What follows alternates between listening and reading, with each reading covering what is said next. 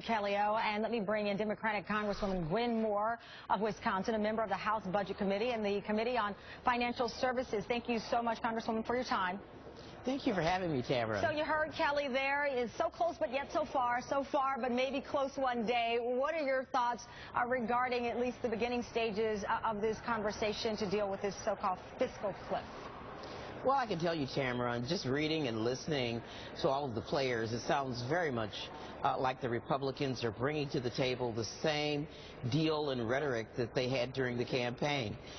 They want to change Social Security and Medicare and Medicaid, things that really are protected from the so-called sequester.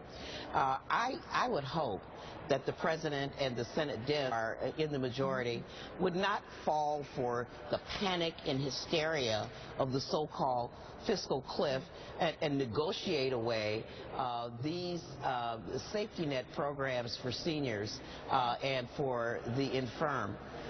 When you look at it, the biggest ticket items are, in fact, the Bush-era tax cuts and the payroll tax. And I can promise you that if January 2nd comes along and they have not figured these things out, this will not the world will not end. So let me ask you, Congresswoman, I mean, the Republicans say to some degree they are willing to negotiate on taxes. Is there no negotiation regarding entitlement programs? We know that this is a part of the discussion, and we know, for example, with the grand bargain once before, the conversation of the eligibility age for Social Security was on the table. I think it's entirely possible to reform Medicare, for example. We've seen it done already through the Affordable Care Act, and it was extended by 10 years. Raising the eligibility age is very controversial.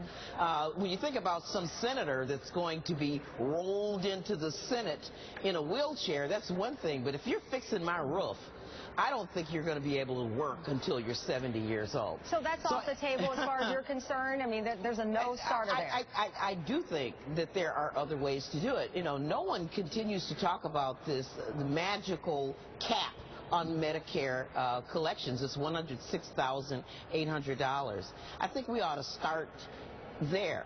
And I do think that the Republicans need to remove some of their opposition to fully implementing the Affordable Care Act, because we've already seen great opportunities to reduce costs there. Let me say this.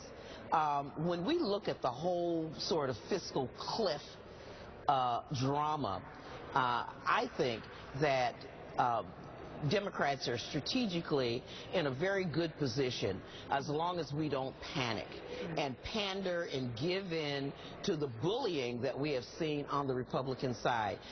Those poll results, exit poll results after the election, showed that Americans were fully willing to see those folks who make over $250,000 a year pay more, and that's gonna bring $83 billion in 1 year. Absolutely, but and that's no small change. I have to say, though, when you refer to bullying and pandering by those on the other side of the aisle, I have to bring it back to the obvious question for Democrats: where is the compromise, particularly with entitlement programs? Is there compromise there? Tamron, yes, we've already enacted $1 trillion in cuts. The President has opposed making more cuts.